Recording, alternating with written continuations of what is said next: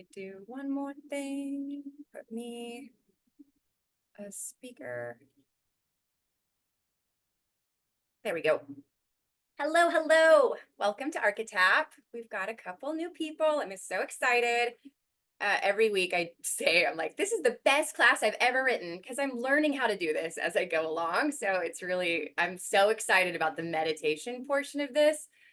Because last week we talked about giving up criticism, and we're going to talk about it again today. We're going to actually talk about a lot more, but it produced a really good conversation with Lindsay, which was awesome. And then that really got me thinking about ways to include burning those things away so that, what can we take action on as opposed to just like willing ourselves to like behave better or whatever it might be. So, okay, that's a little beforehand. So every week here, we talk about, tap on, and then kind of do like a meditation / hypnosis over the archetype. And this week it is the Hanged Man. But before we jump into the Hanged Man, let's talk about what an archetype is. I like reading this definition at the beginning of class. As defined by Richard Rudd, he wrote the Gene Keys. An archetype is a compressed idea containing many dimensions of meaning, imagery, and feeling. Archetypes represent deep universal themes in our unconscious of all human beings, regardless of their race, genetics, or their conditioning. And when you continually contemplate and identify with a particular archetype, it has the capacity to transform your state of consciousness from a lower vibration to a higher vibration. And it's to the benefit of all that when we do any type of work here, when we're talking about energy work, vibrational work, it benefits because we are all one. It is really improving the vibration of everyone. So it's awesome that you're here. I'm so excited. Hi, Reagan. Just make sure. I'll go ahead and mute again. And then couple housekeeping things for the newer people. I'm trying to remember to check the chat. So I have the chat up this time. So if you want to write a question or make a comment or anything like that, please feel free to do so. And I'm still figuring out Zoom, obviously, by my first question. And then when we get into the meditation hypnosis part of the class, I'm going to leave you in it and I'm just going to end it. So you'll stay with your eyes closed, either seated or laying down, but you're going to be right in the middle of a conversation most likely. And I don't want to put a time limit on that for you guys. So that's why I just kind of sneak out of the room. I usually say, what we'll see next week. It shouldn't be too disruptive. You should still have space in your mind to be able to continue with the meditation. So quick sip of tea. All right, here is a quick visual. If you are not familiar with the Hanged Man, I always like to show two versions. This is the universal weight, and this is the Sphinx Code tarot that I've been really into, but man, the cards don't show up on camera well at all. So I'm going to note right now, really the only main difference between these two is that in this one, the tree is T-shaped, and in this one, it is more U-shaped. In this one, he's got some coins falling out of his pocket. But other than that, we'll get into the symbols in just a moment. So some positive keywords associated with this archetype. He is a renunciate. He has a new perspective. It's flipped upside down. He's connected. He's aligned. He's ethical. He's generous. And he's very devoted. Some negative keywords associated with this. Blocked, stuck, not moving, negative, inactive, just going nowhere. When we get into the symbols, I think the tree shape, honestly, is kind of one of the most impactful parts for me when I was doing research for this.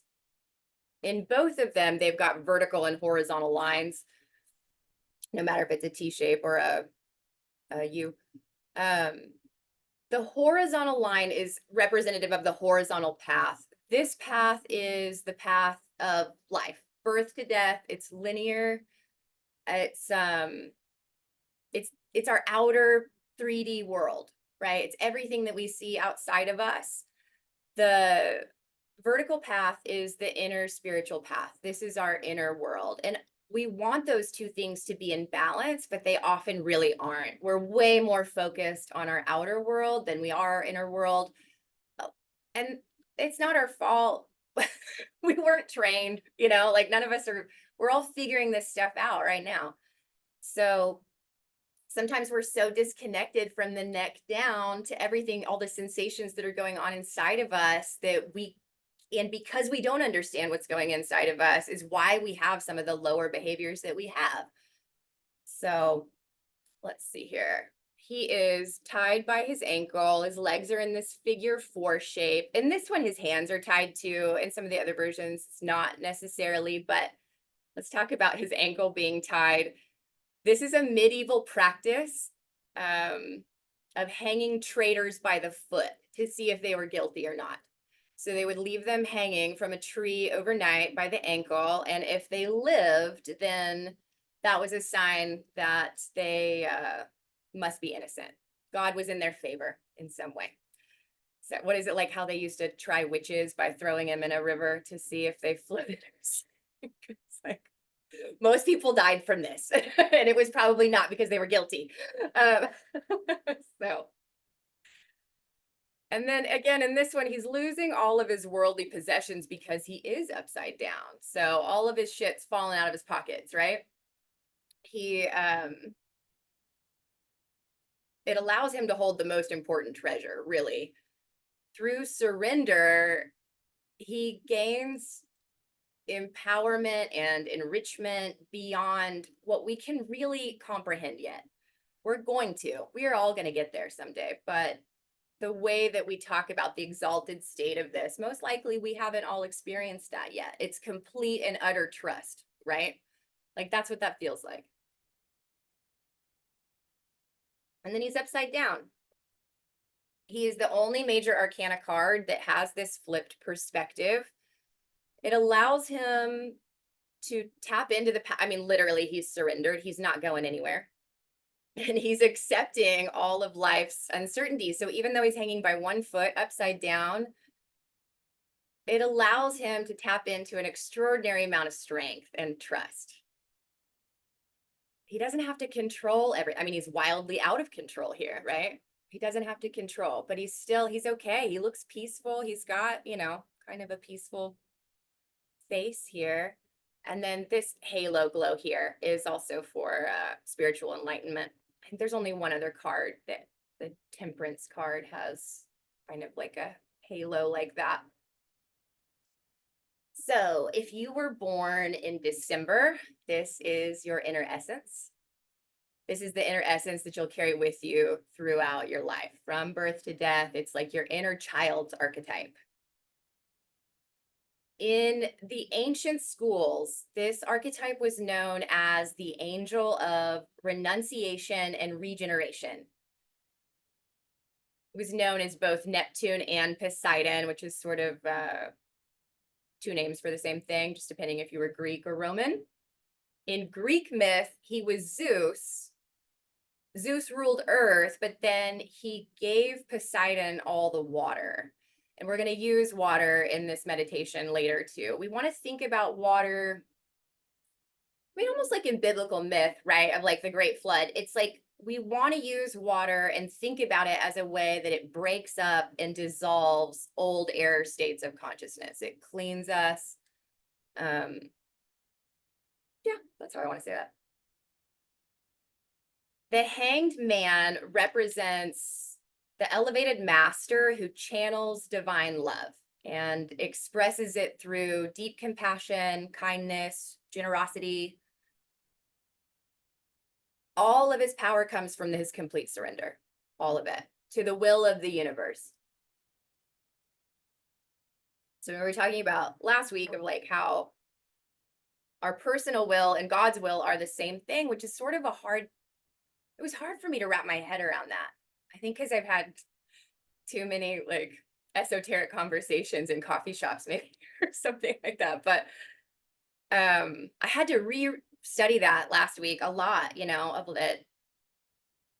The umbrella of under the umbrella of the whole lives our will, which is always in alignment with God's will. That was a new concept for me. So, in his optimal aspect, the Hanged Man epitomizes the art of turning the world on its head. We want to flip all of our stories in our life. We've got a lot of stories about how our life has gone, and a lot of them can be rewritten to have a different perspective, and it would be to our advantage to do such a thing, to really rewrite the stories of our life so that we gain profound insights into our own human experience. And that's what he does.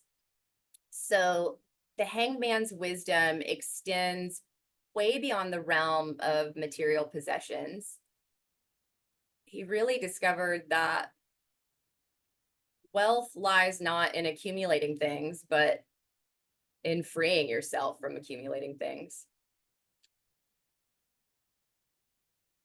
By relinquishing the constant pursuit for external validation and material success, be that through relationships or stuff or whatever, he was able to find this really deep sense of inner contentment and fulfillment.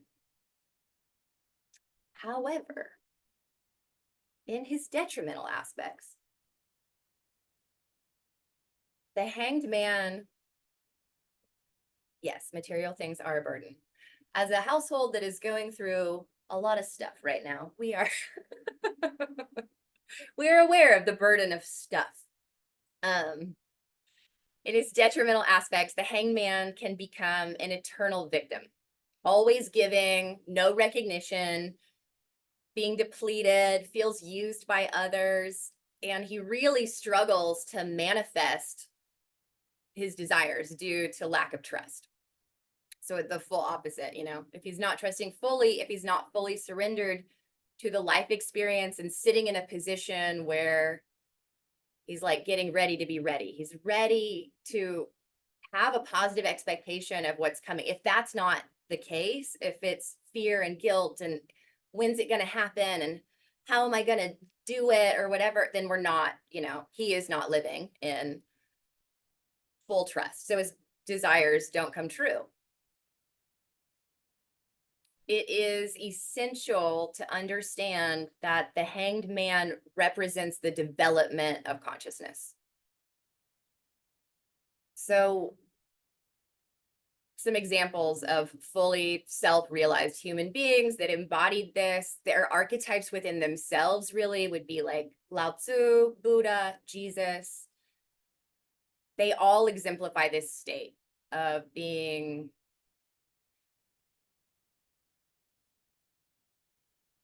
I just lost my place. Thank you. Enriching others out of love. They all followed universal law. So to me, when we talk about these like people that get worshipped, we are talking about archetypes also. These are all still compressed ideas. That might feel controversial, and that's okay. The Hanged Man, again, in his detriment, he might feel betrayed by family, friends, people, society in general. That's an easy one, to feel betrayed by society. However, the biggest betrayal would be for him to conform, for him to deny himself and what he wants and where he's going. The key lies in embracing his individual truth and then sharing that. Compassion, love, understanding, like these are all the gifts that all of us need all the time. And the more we give them, the more we receive them, because that's just how it works. The Hanged Man also really wants to forgive, and he wants to help you forgive. He wants to help you recognize that within yourself is a world that, although you may initially want to reject, there's a really unique essence there that comes from clearing our lower nature, getting rid of the blaming and things like that, and finding forgiveness, mostly for ourselves, but of course for other people too. So to do that, he has to detach. And kind of limit his exposure to the outside world. Homeboy has boundaries. And when you limit yourself from exposure to a lot of the outside world, you get access to inner states that you have access to yourself better. You have access to your own inner world because you don't have all this input. That allowed him to cultivate his belief in a higher, all-knowing source energy that governs life. Letting go and trusting in a higher power and following the spiritual laws of life, the universal laws of life. So by questioning the ego, reversing our beliefs, rewriting our stories, so to speak, is what causes him to undergo this rebirth, right? So how the fuck do we apply this to our own life? We begin that process by giving up our own mortal sense of existence, by detaching ourselves from what we consider to be our personalities, become more identified with the higher versions of ourselves. We cannot take our lower nature with us. We really want to. I really want to, guys.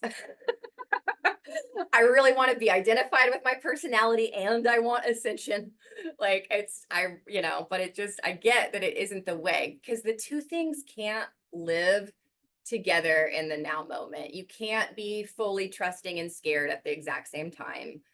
So you can't fill the vessel. The higher vibration can't fill you up if you've got all this lower shit in there. So we've got to clear out the lower shit. We got to sacrifice it all. So we're going to do that in the meditation part. There's like a list of 20 things. And at first I was like, that seems long. And I was like, no, fuck it. We're doing it. We have to recognize that we're going to forget too. You're going to have to surrender again tomorrow. I'm sorry. Like it's going to be an ongoing process that, we're not going to do it tonight and then whoosh. I mean, maybe. I shouldn't say no. Most likely. You're going to have to remind yourself of this, You aren't doing it wrong. You just have to practice it. And we can't beat ourselves into submission, right? Either. Like, be gentle with you. You grew up in a world where not much was taught about our true inner nature. So bad habits developed. You aren't bad. Those habits are shitty. And coming up from the dark cellar of lower nature is probably not going to be the smoothest ride. We want it to be. Like, I want it to look like blast off. And it often looks like, or it circles back on itself. Like we talked about this spiral, you're like, shit, I'm moving backwards, but really I still am moving forwards.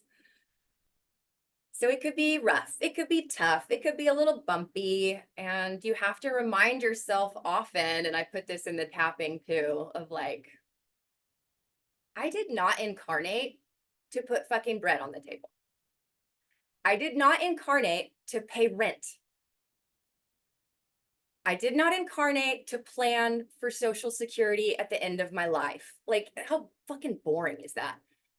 I'm not a helpless jellyfish and I'm not some predatory shark. If there's one thing that all the literature says, all of it, all the old schools and the new schools and all of the religions, really all of it is that you are here to be reborn by spirit and then share the light that you have for the benefit of all. Like, that's it. That's what we're here to do. So I'm going to say it one more time because I think it's important. You are here to be reborn into spirit. You are here to really recognize your own creative nature and power, which that part is the image of God, your creative power, and then share that creative power with others. Full stop. Point of life. When this is your motivation and your intention, something strange and sort of wonderful starts to happen in your mundane life. You're going about your life, you're brushing your teeth, you're doing the dishes, you're going to work, you're doing the shit, you know? But you begin to detach. You recognize, like, if I lose the job, if I lose the relationship, it probably isn't the end of the world. That does not mean it's not going to be painful, but it doesn't wreck you maybe the way that it used to, because you're learning, that as space is created, space gets filled, and it only gets filled by higher vibrational things. The more we detach, the more that space gets filled with higher vibrational stuff, the things that we really want. So you begin to notice and believe, because you start getting proof, right? Like one thing after the other, it starts to snowball a little bit. Your life gets better, your outlook gets better. And then all of a sudden you're like, fuck, I feel secure. I'm not sure I've, felt that way in a long time, and except for fleeting moments. So you have nothing to prove. The fear, the guilt, etc., it's all going to be gone. It will leave. It will go away. It just takes practice, along with any need to numb out or escape what's happening in the outer world, because we don't understand how to balance it with our inner world. All of that will go. Something to note: breaking the ego connection does not mean treating the physical world as non-spiritual. Instead, it's a balance. It's finding a balance, just like we were talking about with the horizontal and vertical pathways. We want them to be equal. So we want the unity of spirit and the unity of matter to join to one, so that our eye sees it as one, right? That when we look out into our outer world, we see it as divine. We trust it. It's nature. We trust nature. Nature knows what the fuck it's doing, you know? So, and then the last little bit here, some truth is that the only responsibility that you have is to yourself. That's it. To assume responsibility for anyone else is limiting for all of you, for them. In the same way that codependency, if we put ourselves on other people for them to take care of us, like, it feels bad. It doesn't feel correct. We take care of ourselves and fill our own cup and raise our vibration up higher.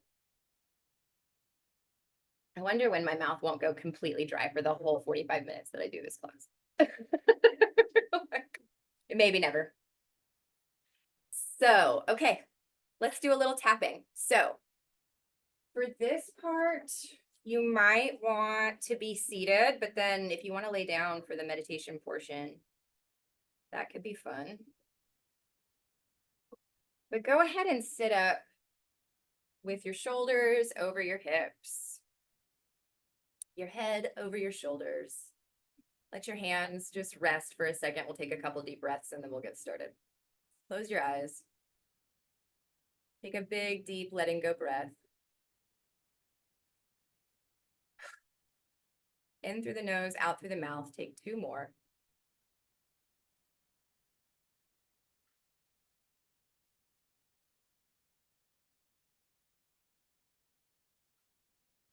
Good. And then let your eyelids come open and start tapping on this side of the hand. You're going to repeat after me, and then you'll mimic the tapping points as I move through them.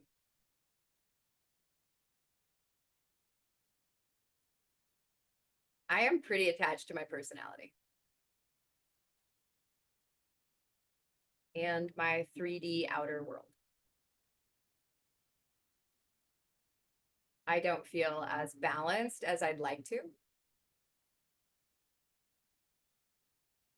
And the distractions of being a human on this planet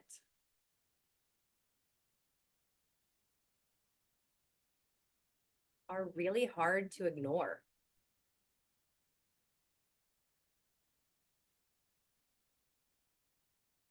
I want to feel detached, but often I would describe it more like numbness.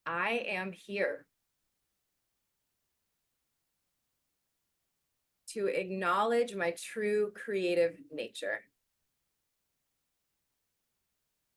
That spirit and matter are one.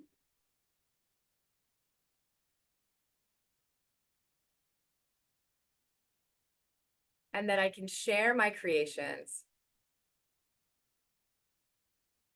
for the benefit of the whole wide world. And so it is.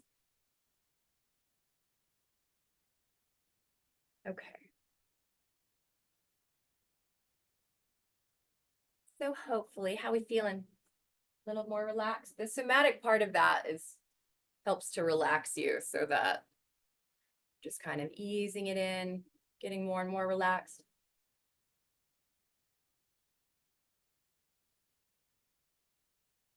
Okay, so for this part, however you want to be, if you want to stay seated, great. Just check in with your posture. Make sure that you're still sitting up nice and tall. If you want to lay down, lay down.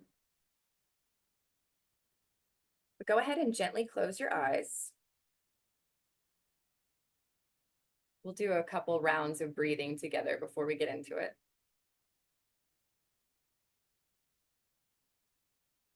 We'll do some box breaths. So come to the bottom of your next exhale and pause. And inhale through your nose for 4, 3, 2, 1. Hold at the top. Exhale through your nose for 4, 3, 2, 1. Hold your out breath. Inhale, 4, 3, 2, 1. Hold it at the top. Exhale, 4, 3, 2, 1. Hold it at the bottom.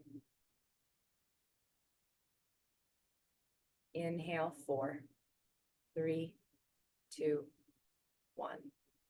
Hold. Exhale, 4, 3, 2, 1. Hold. And press all of the last remaining bits of air out of the bottom of your lungs.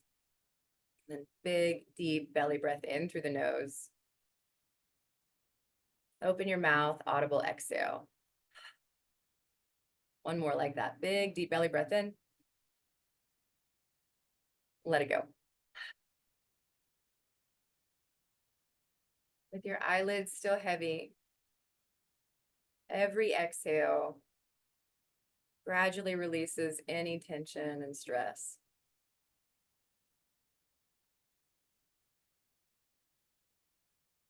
Your body becomes lighter with each breath.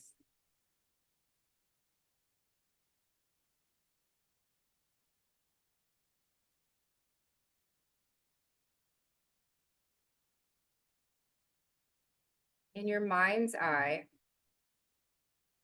I want you to imagine that you're standing on a cliff overlooking the ocean. The view is stunning. You can hear the ocean waves lapping on the shore.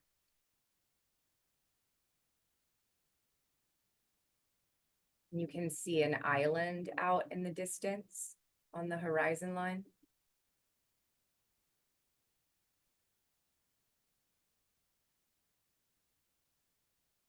A stairway appears in front of you to take you down to the water. This is your staircase. It looks exactly how you want it to.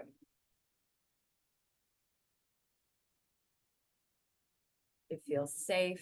It feels secure.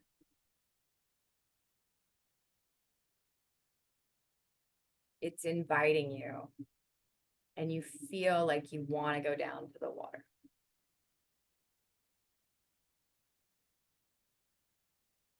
Every step down this staircase, you will feel more relaxed. Down you go.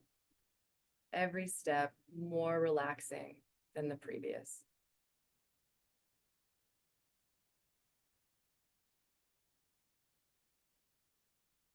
You feel safe, you feel sure-footed, you feel relaxed.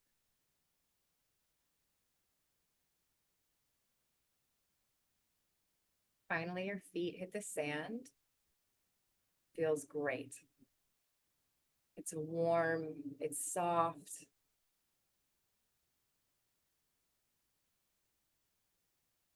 Visualize yourself walking towards this ocean.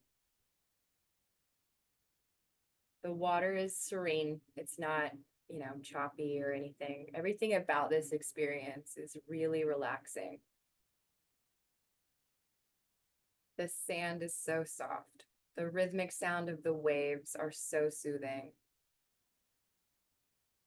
As you get down to the water's edge, you feel a sense of calm like you've never felt before.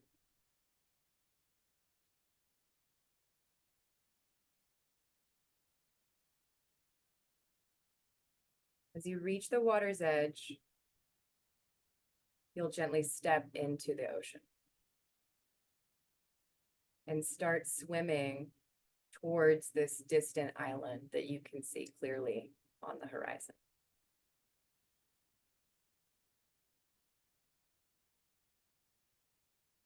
The water feels perfect. It's embracing you, it's supporting you, you feel buoyant. It's so easy to get there.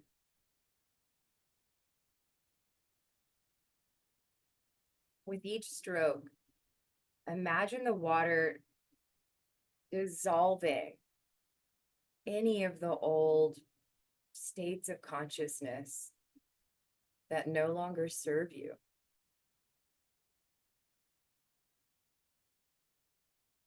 Let the ocean's salty water break up and cleanse any negative aspects within you.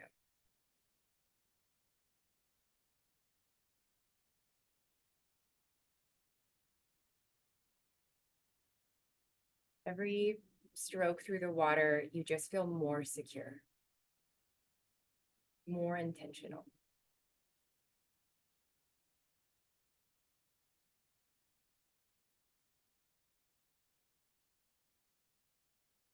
As you reach the water's edge, I'm sorry.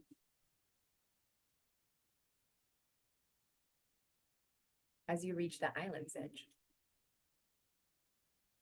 you see this really giant bonfire. It's welcoming you on the edge of the beach. This is a holy fire. So you're going to gather near it, dry off, feel warm.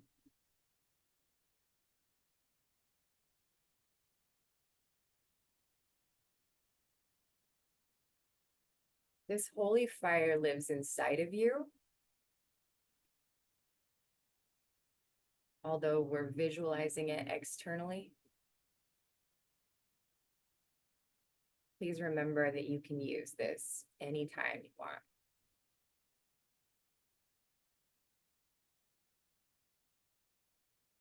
All right, are we ready to throw some things on the fire?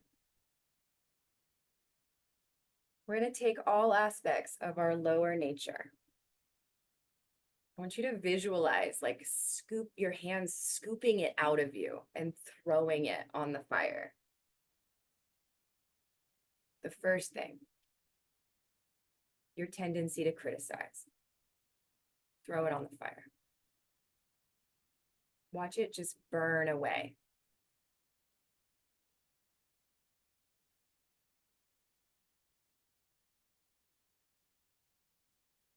Take your tendency to assume responsibility for others that are not yours to bear and throw it on the fire.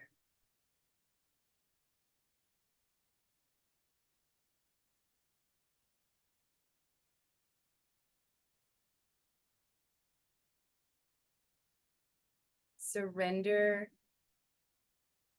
your tendency to surrender your well-being to others.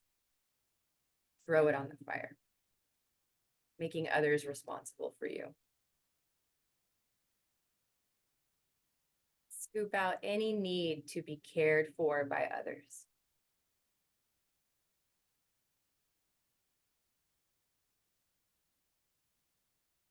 Take your spiritual pride and throw it down. Watch it burn away. Take any selfish ambition, personal pity, throw it on the fire.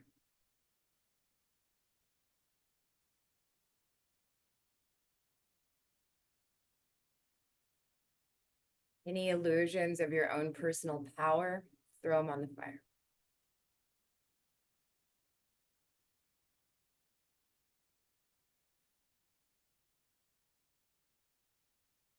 Take your tendency to find life futile and throw it on the fire.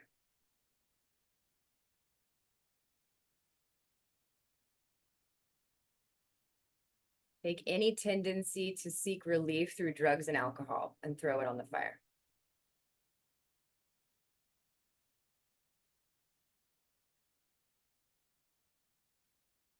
Take the misery loves company game and throw it on the fire.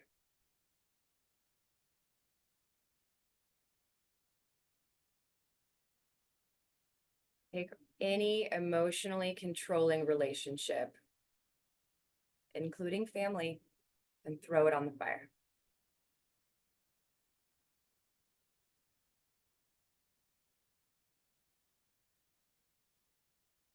Take any deception, any dishonesty, burn it.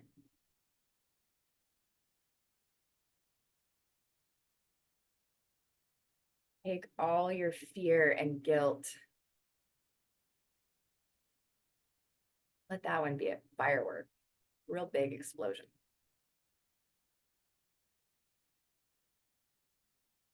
All your feelings of unworthiness, burn them.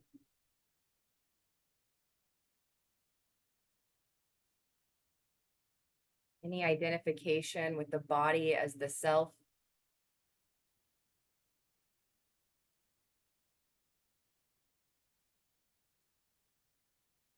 Any overemphasis on your own personal security.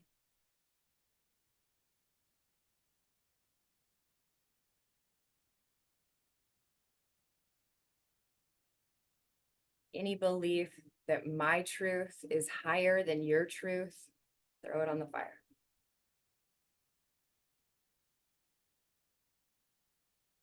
Any Messiah complex, burn it.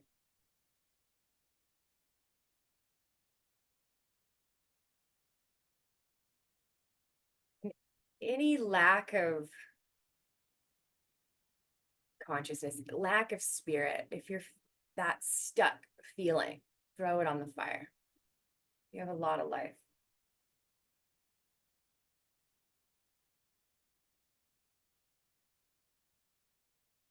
As each of these things burn, feel yourself grow even lighter. The release of these burdens. The fire transforms them into light, and it's done.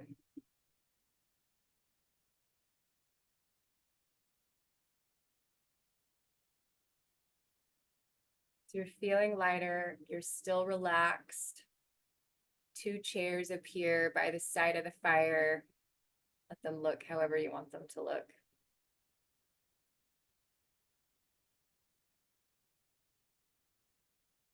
The fire dims a little, and you start to notice a figure emerging from the shadows on this island. You're still feeling really safe. You're so secure, so relaxed. This is the archetype of the hanged man. He's wise and serene. He might show up in a different form than the one that I described on the card. Just go with what comes to you. Don't overthink it.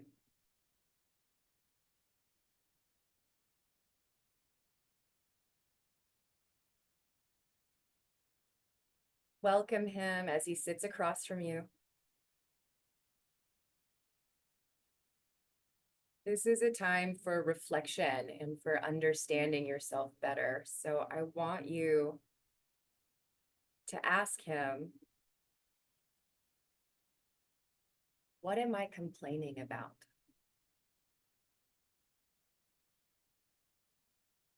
Or blaming?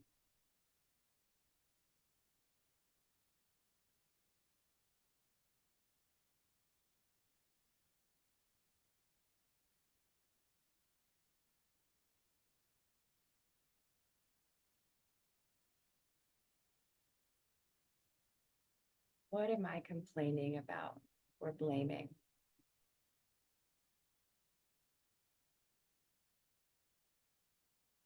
Where am I stuck? Any particular area? Talk to him about it.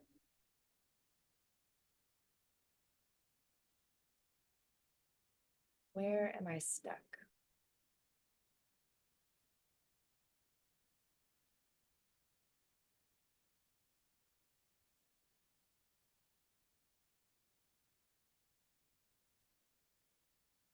What can I do to change my inner life?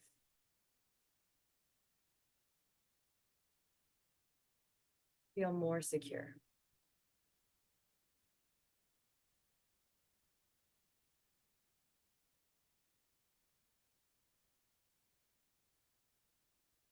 How can I change my inner life?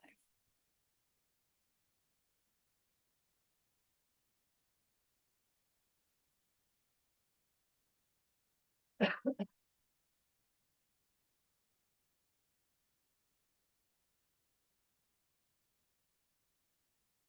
little bit broader question. How do you think we're stuck collectively as a society?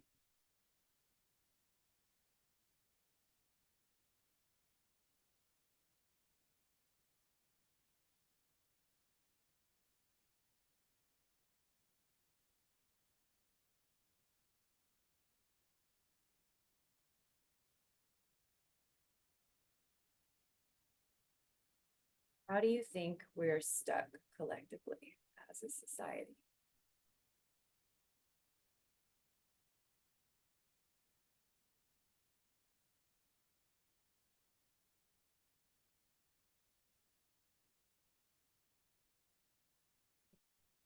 What should I be asking myself?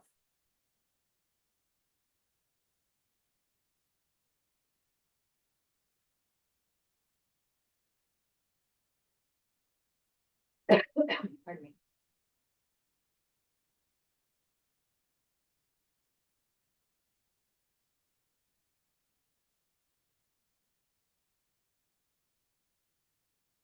Last question. Are there any tips or tricks that can help me detach? Go with the flow better.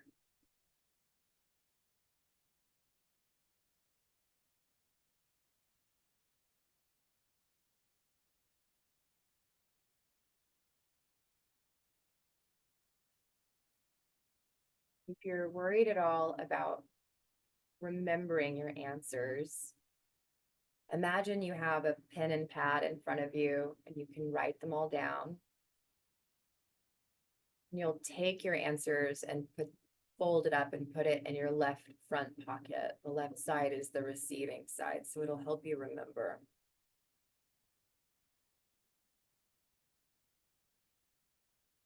Stay here for as long as you like. When your conversation ends, express your gratitude to the hanged man. You'll stand up, walk back to the water, but this time, a magical small boat appears to take you back to your 3D world. The boat looks like whatever you want it to look like.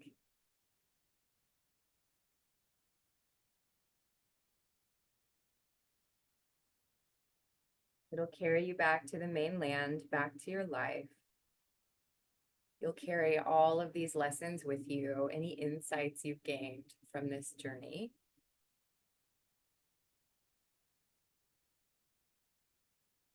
I will see you next week for death.